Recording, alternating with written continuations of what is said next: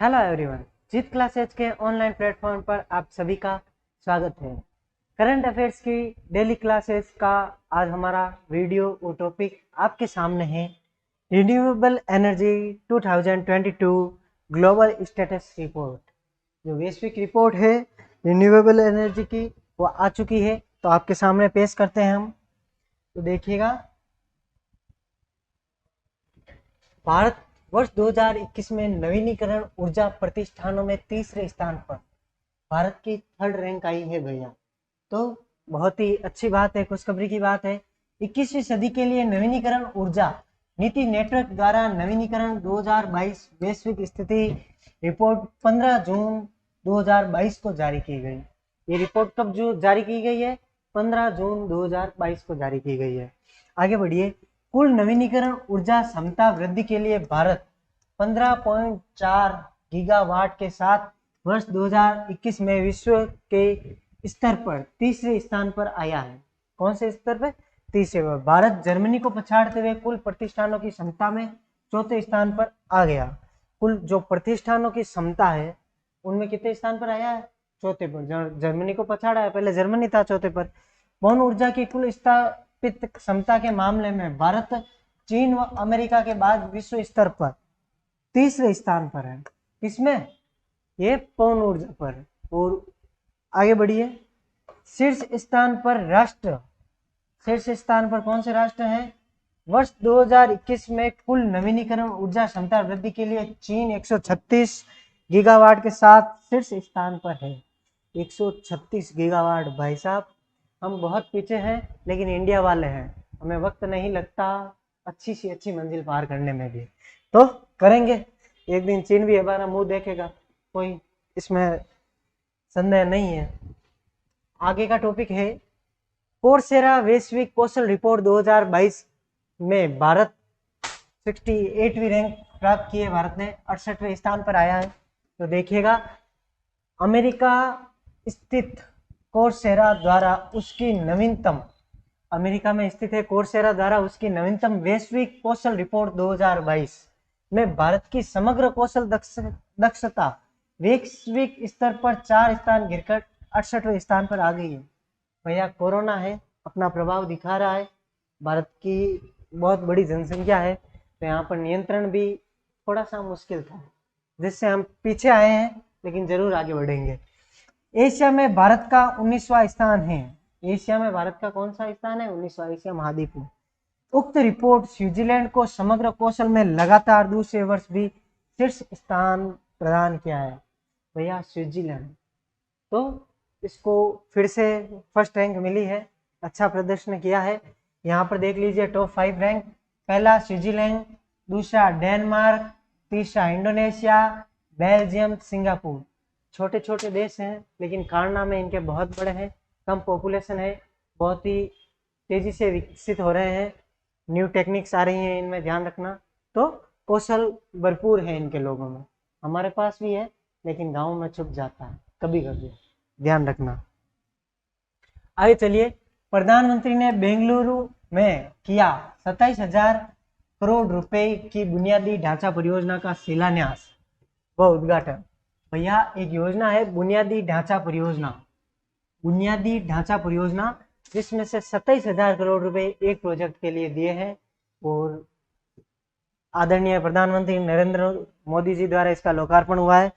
Sir M विश्वेरैया railway station, ये railway station है, sir M विश्वेरैया railway station बेयपनहल्ली में भारत के इस प्रथम वातानुकूलित रेलवे स्टेशन को राष्ट्र को समर्पित किया है। वातानुकूलित, ऐसी लागोड़ी पूरा महीना कटी रोता फिरो बोली, टिकट ले लो, कटी रोता फिरो, ठंडी ठंडी हवा आए। तो पहले ही एकमात्र है फुल रेलवे स्टेशन है जिसमें एसी लगी हुई है, ध्यान रखना। बाकी तो पसीना टपका पड़ा है, पूछो ही मत जोधपुर आला में। तो आगे बढ़ो। प्रगति मैदान एकीकृत ट्रांजिट कॉरिडोर परियोजना राष्ट्र को समर्पित। जो प्रगति मैदान एकीकृत ट्रांजिट कॉरिडोर परियोजना राष्ट्र को समर्पित की गई है, वो भी आदरणीय मोदी जी ने ही की है। तो चलिए, प्रधानमंत्री नरेंद्र मोदी द्वारा प्रगति मैदान एकीकृत ट्रांजिट कॉरिडोर परियोजना की मुख्य सुरंग और 5 अंडरपास 19 जून 2022 को राष्ट्र को समर्पित किए हैं भैया। मुख्य सुरंग है एक तो, और 5 अंडरपास है, तो वो समर्पित किए गए हैं भारत को कि भैया हमने बना दिया और अब देश की जनता इसका उपयोग ले लो। भैया लगा अपन इस भैया आयो टैक्स रहना नहीं आप इस दिया। एकीकृत ट्रांजिट कॉरिडोर परियोजना प्रगति मैदान व पुनर्विकास परियोजना का एक अभिनय अंग है। ये एकीकृत ट्रांजिट कॉरिडोर परियोजना किसके अंदर आती है? प्रगति मैदान पुनर्विकास परियोजना। जो प्रगति मैदान है इसका पुनर्विकास किया जा रहा है। देश की धड़कन है, देश की राजधानी है, देश का दिल है, तो वहां पर उसको सुंदरता प्रदान करने के लिए ये अभियान चलाया जा रहा है। भारत को एक अच्छा जो घूमने के लिए आएंगे टूरिस्ट है, टूरिज्म के लिए विकसित किया जा रहा है, उसका हिस्सा है एक ये। मुख्य सुरंग प्रगति मैदान से गुजरने वाले पुराना किला मार्ग के माध्यम से रिंग रोड को इंडिया गेट से जोड़ती है। मुख्य सुरंग प्रगति मैदान से गुजरने वाले पुराना किला मार्ग के माध्यम से, इस मार्ग के माध्यम से रिंग रोड को इंडिया गेट से जोड़ती है। इंडिया गेट जानो है, सीधो कनेक्शन, ध्यान रखिए। सुरंग में एक भारत श्रेष्ठ भारत को प्रदर्शित करती है कलाकृतियां को चित्रित किया गया है। संपूर्ण भारत एक है, हम 28 राज्यों में विभक्त जरूर हैं, लेकिन हमारी धड़कनें एक ही नाम रटती है, भारत माता की जय। आगे बढ़िए। परिवर्तनकारी सुधार के तहत अग्निपथ योजना को केंद्रीय मंत्रिमंडल की मंजूरी। भैया अग्निपथ जिसका कई युवा विरोध कर रहे हैं, युवा अब सही है या गलत है इसके डिस्कस पर नहीं जाएंगे क्योंकि मुद्दा ही ऐसा है, लेकिन इसमें क्या है वो हम जरूर जान सकते हैं। तो आइए इस पर।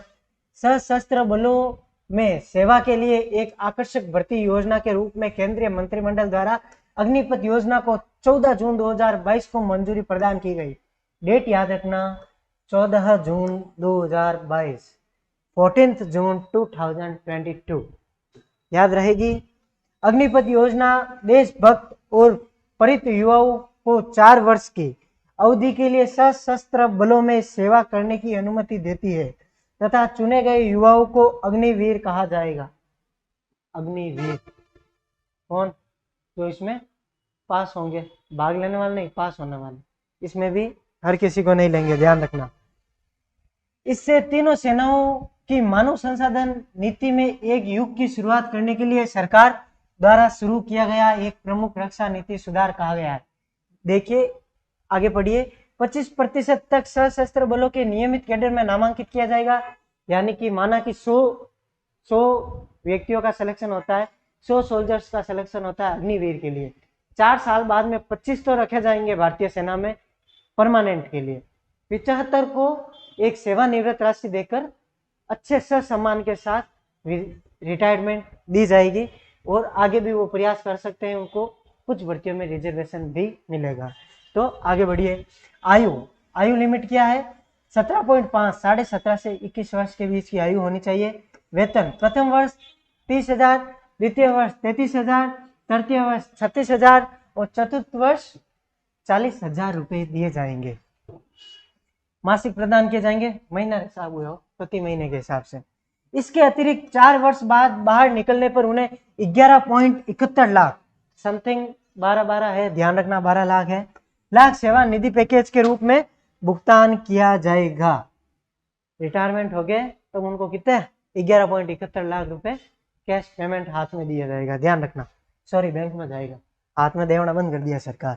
अग्निवीरों के सेवा काल में शहीद होने पर 1 करोड़ रुपए दिए जाने की घोषणा की गई है। जो सम्मान राशि है देश के लिए, देश का अमिट बलिदान देने के लिए देश पर, उनके लिए 1 करोड़ रुपए की सहायता राशि या फिर सम्मान राशि, सहायता राशि नहीं कह सकते, शहीदों को सम्मान राशि ही दी जाएगी। वो कितनी होगी? 1 करोड़ रुपए। इसमें जो सरकार का मुख्य तर्क है वो ये है कि भैया जो सेना की औसत आयु है वो बढ़ चुकी है। जो कुछ रिटायरमेंट के करीब जाते हैं, 40 वर्ष 35 वर्ष तक के फौजी होते हैं और कुछ कम वर्ष के होते हैं, तो जो एक एवरेज एज होती है वो बढ़ चुकी है। गवर्नमेंट चाहती है कि एवरेज एज 26 27 इसके करीब लेके आए हम।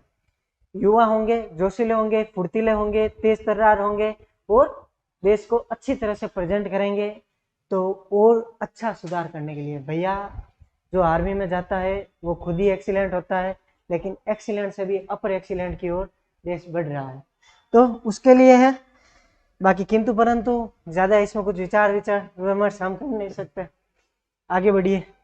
भारत की जीवन प्रत्याशा बढ़कर 69.7 हो गई है। तो ध्यान रखना, जीवन प्रत्याशा यानी कि उम्र, एवरेज एज कितनी है कि भैया 10 व्यक्ति है, एक 50 साल जी रहा है, एक 60 जी रहा है, एक 70 जी रहा है, एक 75 जी रहा है, एक 80, एक 90, एक 100, तो एवरेज एज कितनी आएगी?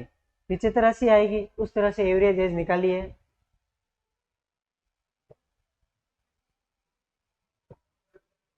ये निकाली कैसे जाती है? एक साल में जितनी डेथ होती है उन डेथ की एज को कैलकुलेट करके नीचे जितने व्यक्तियों की डेथ हुई उनका भाग लगाते हैं, एवरेज एज आ जाती है। तो चलिए, कार्यालय महापंजीयक और जनगणना आयुक्त के नमूना पंजीकरण प्रणाली द्वारा, ये प्रणाली है, लंबी चौड़ी है ना, प्रणाली है लंबी चौड़ी द्वारा 6 जून 2022 को संक्षिप्त जीवन तालिकाएं 2015-19 जारी की गई। वर्ष 1970-75 की अवधि में जीवन प्रत्याशा महज 49.7 वर्ष थी। भाई उस टाइम थी जो औसत एवरेज मानी जाती थी 49.7 वर्ष। आगे बढ़िए। इसके बावजूद भारत की जीवन प्रत्याशा अभी भी वैश्विक औसत 72.6 से नीचे है। पूरी विश्व की औसत एवरेज एज कितनी है? 72.6। आगे बढ़िए। जन्म के समय सर्वाधिक जीवन प्रत्याशा दिल्ली 75.9 तथा केरल 75.2, ये दो रैंक है, 75.9 75.2, यानी कि दिल्ली वाले लोग दिल से जीते हैं, थोड़ा लंबा जीते हैं, ध्यान रखना। खावे हल्ला तो जीवे आडे घट। जन्म के समय न्यूनतम जीवन प्रत्याशा छत्तीसगढ़ 65, छत्तीसगढ़ वालों की सबसे कम है, ध्यान रखना, तथा उत्तर प्रदेश 65.6। बड़ी लंबी चौड़ी पॉपुलेशन स्टेट है, तो असंतुलितता हुई, इन कम उम्र है। आगे बढ़ो। जन्म के समय जीवन प्रत्याशा, देश में ग्रामीण क्षेत्रों में जन्म के समय जीवन की प्रत्याशा 68.3 68.3 वर्ष और शहरी क्षेत्रों में 73 वर्ष है। अब देखो, एक अटेनिंग होचन लाइक पॉइंट है कि गांवों में तो कम है और शहरों में हल्ली है, पर आपा कहीं होना कि भैया गांवों में शुद्ध हवा मिलती है, सुकून चैन मिलता है, लेकिन गांव वाला लोग कम जीवन है, राला हल्ला जीवन, इन रीजन का ही हिसाब गांव वाला हल्ला जीना सीजन। तो इसका रीजन यही है, मेडिकल फैसिलिटी। शहरों में हॉस्पिटल ज्यादा होते हैं, अच्छी तरह के इलाज मुहैया हो जाते हैं, डॉक्टर्स पास में रहते हैं, अच्छा ट्रीटमेंट मिलता है, फाइनेंशियल सिचुएशन अच्छी होती है, तो वहां पर कम उम्र में बच्चे की डेथ नहीं होती है। पहली बात ध्यान रखना, बच्चा जन्म लेते ही हमारे यहाँ समस्या रहती है कि कुछ हल्की खांसी बुखार वगैरह कुछ बीमारी हो जाती है, डॉक्टर्स को भी पता नहीं चलता और बच्चा डेथ हो जाती है 15-20 दिन से। तो इस तरह से रेशियो एज का होता है वो कम हो जाता है एक्सीडेंट वगैरह से या फिर किसी और बीमारी से। लेकिन शहरों में ऐसी घटनाएं नहीं होती है, अस्पताल नजदीक होते हैं, वहां पर पहुंच जाते हैं और जान बचाई जा सकती है। और आज से कई सालों पहले या बात करें आजादी के समय, ये पॉइंट था, कहां पर था? ये रहा 1970 और 75 आजादी के बाद का समय है, केवल 50 वर्ष थी। इसका रीजन क्या है कि उस टाइम कम थी, उस टाइम तो और भी ज्यादा शुद्ध हवा थी, शुद्ध सब्जियां थी, शुद्ध दूध था। आज तो हम सारा मिलावटी खाते हैं, तो कहते हैं बीमारियां तो हमें ज्यादा होनी चाहिए, कम वो क्यों जीते थे? क्योंकि उस टाइम मेडिकल फैसिलिटीज अवेलेबल नहीं थी, इलाज नहीं थे कई बीमारियों के। जब महामारी आती थी तो शमशान में लाइन लगती थी और ध्यान रखना, दाह संस्कार के लिए भी बाहर इंतजार करना पड़ता था। आगे बढ़िए। 2015-19 में ग्रामीण और शहरी क्षेत्रों में जीवन प्रत्याशा के क्रमश 0.3 वर्ष और 0.4 वर्ष की वृद्धि हुई है। मेडिकल फैसिलिटी की वृद्धि हुई तो इनमें वृद्धि होना तो निश्चित है। हिमाचल प्रदेश की शहरी महिलाओं में जन्म के समय जीवन प्रत्याशा देश में सबसे ज्यादा 82.3 वर्ष है। हिमाचल प्रदेश की महिलाएं हैं वो बहुत लंबा जीती है, ध्यान रखना, 82 साल। 82 वैसे तो हल्ली उम्र काम रही नहीं है, बुढ़ापा में बहुत दौरा है होना, हाथ पर दुखे गोडा दुखे। केरल एकमात्र ऐसा राज्य है जहां जन्म के समय ग्रामीण जीवन प्रत्याशा महिलाओं और पुरुषों दोनों के लिए शहर की तुलना में अधिक है। यहाँ के जो गांव ग्रामीण इलाके हैं वहाँ के लोग ज्यादा जीते हैं। देखो भैया, भारत है, विविधता में एकता है, अलग अलग जगह जाओ अलग अलग विशेषता है। तो अपन हिमाचली कही है, थोड़ा अलग है, हटना है, ध्यान रखो। बिहार और झारखंड एकमात्र ऐसे राज्य है जहाँ शहरी और ग्रामीण दोनों क्षेत्रों में पुरुषों की जीवन प्रत्याशा महिलाओं की तुलना में अधिक है। आमतौर पर महिलाओं की जो उम्र होती है वो पुरुषों से ज्यादा मानी जाती है, ध्यान रखना। लेकिन ये दो अफवाद है, बिहार और झारखंड, यहाँ की महिलाएं की अपेक्षा पुरुष ज्यादा जीते हैं, ध्यान रखना। जो पुरुष होते हैं उनकी उम्र ज्यादा होती है। चौथा, राज्य खाद्य सुरक्षा सूचकांक जारी। केंद्रीय स्वास्थ्य एवं परिवार कल्याण मंत्री डॉक्टर मनसुख मांडविया अभी अभी बने हैं केंद्रीय स्वास्थ्य एवं परिवार कल्याण मंत्री। इंडिया के health minister doctor Mansukh Mandaviya द्वारा खाद्य सुरक्षा के 5 मानकों पर राज्य के प्रदर्शन को मापने के लिए भारतीय खाद्य सुरक्षा एवं मानक प्राधिकरण के चौथे राज्य खाद्य सुरक्षा सूचकांक को 7 जून 2022 को जारी किया गया है।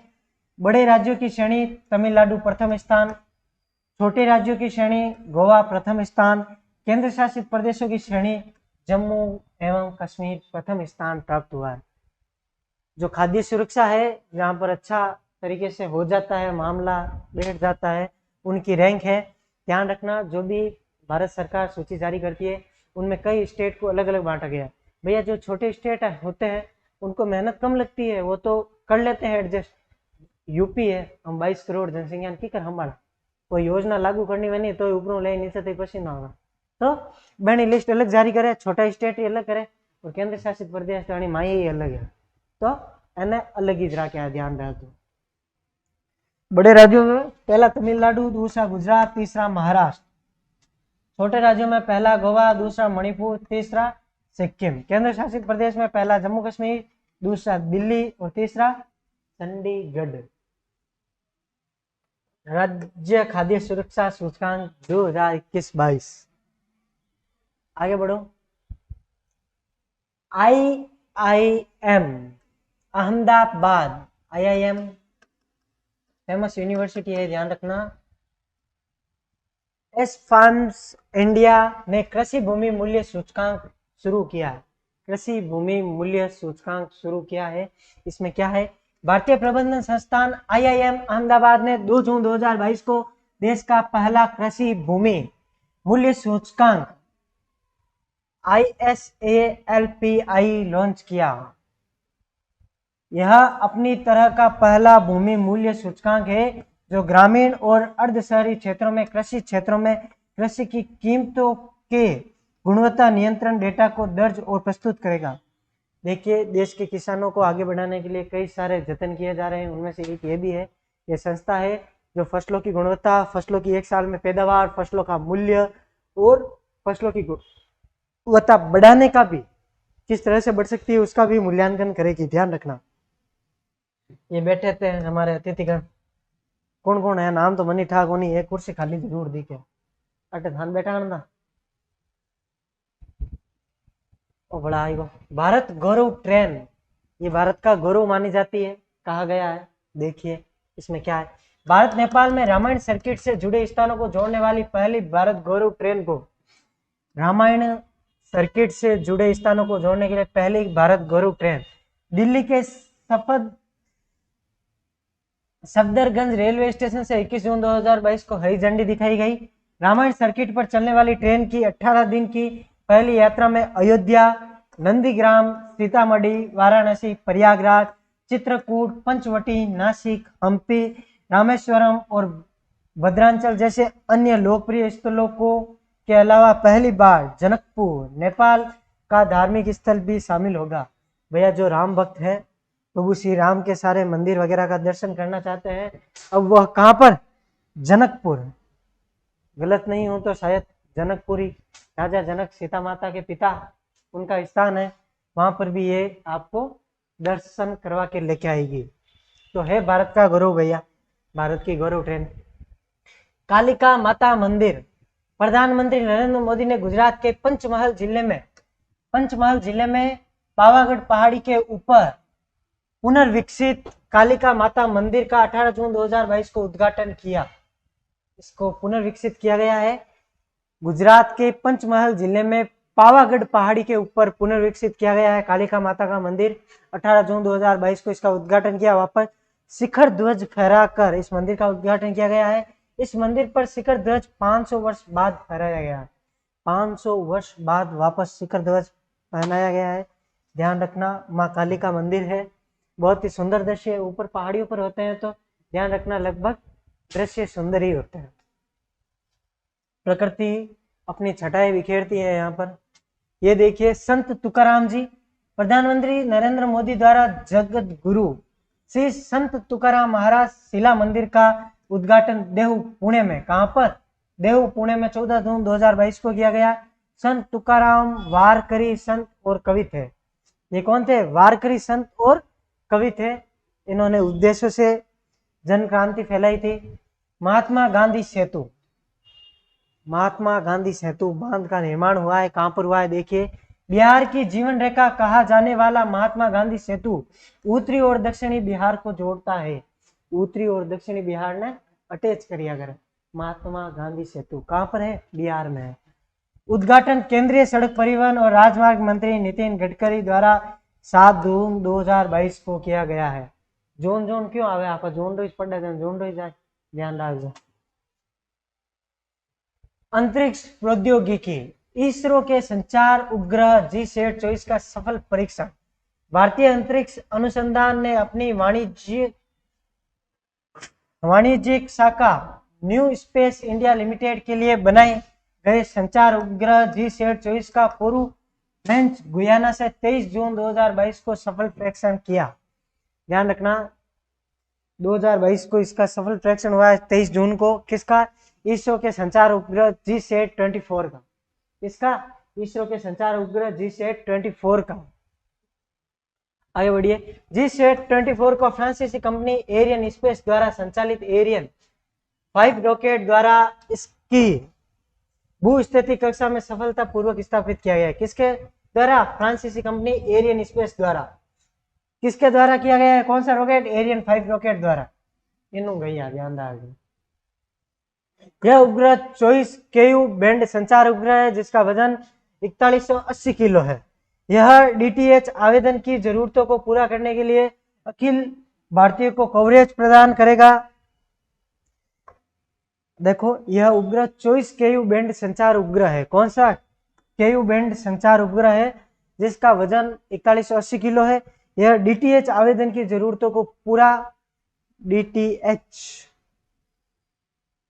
आवेदन पूरा करने के लिए अखिल भारतीय को कवरेज प्रदान करेगा। ध्यान रखना, डायरेक्ट टू होम सेवा देने वाली पहली कंपनी टाटा प्ले को इस संचार उपग्रह की पूरी क्षमता का उपयोग करने की स्वीकृति दी गई है। ध्यान रखना, ये एक मनोरंजन के लिए भी है। अंतरिक्ष प्रौद्योगिकी में टाटा प्ले है, कंपनी है जिस दिखाएगी आपको। अब क्या दिखाएगी वो मुझे भी पता नहीं है, मूवी वगैरह का होगा या और किसका है ये भी पता नहीं है। तो आगे बढ़ते हैं, एक टॉपिक और पढ़ लेते हैं। कर्नाटक में अंतरिक्ष यान निर्माण सुविधा का उद्घाटन। अंतरिक्ष यान निर्माण सुविधा का उद्घाटन। अंतरिक्ष यान बनेंगे कहां पर? कर्नाटक में। इसरो के अध्यक्ष डॉक्टर S सोमनाथ। अभी इसरो के अध्यक्ष कौन है? Doctor S Somnath. ध्यान नहीं है, टॉपिक में सवाल आवे, जरूर थोड़ी हटे आ सके, यही तो खंगा करिया। कर्नाटक औद्योगिक क्षेत्र विकास बोर्ड एरो स्पेस पार्क में अनंत टेक्नोलॉजी की अंतरिक्ष यान निर्माण इकाई का उद्घाटन 1 जून 2022 को किया गया है। ध्यान रखना, किसके द्वारा? कर्नाटक औद्योगिक क्षेत्र विकास बोर्ड एरो स्पेस पार्क में। कौन से एरो स्पेस पार्क में? किसके द्वारा? कर्नाटक औद्योगिक क्षेत्र विकास बोर्ड द्वारा। टेक्नोलॉजीज की अंतरिक्ष यान निर्माण इकाई। कौन सी इकाई? अंतरिक्ष यान निर्माण इकाई का उद्घाटन। इस इकाई का उद्घाटन हुआ है, ध्यान रखना। 10 संचार उपग्रहों को NSIL को हस्तांतरित करने की मंजूरी। 10 संचार उपग्रह हैं उनको NSIL को हस्तांतरित करने की मंजूरी मिल गई है। केंद्रीय मंत्रिमंडल ने 10 इन ऑर्बिट संचार उपग्रहों को भारत सरकार से मर्सर्स न्यूरोस्पेस इंडिया लिमिटेड को हस्तांतरित किए जाने को मंजूरी 8 जून 2022 को प्रदान की है। GSAT 7 और 7A को छोड़कर पूरी GSAT श्रृंखला NSIL को हस्तांतरित की जाएगी। और देखिए केंद्रीय मंत्रिमंडल ने 10 इन ऑर्बिट संचार उपग्रहों को भारत सरकार के मर्सर्स न्यूरोस्पेस इंडिया लिमिटेड को हस्तांतरित किए। किसको? मर्सर्स न्यूरोस्पेस इंडिया लिमिटेड को हस्तांतरित किए। इस कंपनी को हस्तांतरित की है किसके द्वारा? भारत सरकार के द्वारा 8 जून 2022 को की गई है। इसमें GSAT 7 और G7A को छोड़कर पूरी GSAT, ये दो को छोड़कर पूरी GSAT श्रृंखला है वह NSIL को हस्तांतरित की जा चुकी है। तो आज के करंट अफेयर्स के लिए इतने टॉपिक बहुत है। कल फिर मिलेंगे। आज दीजिए अनुमति। जय हिंद, जय भारत।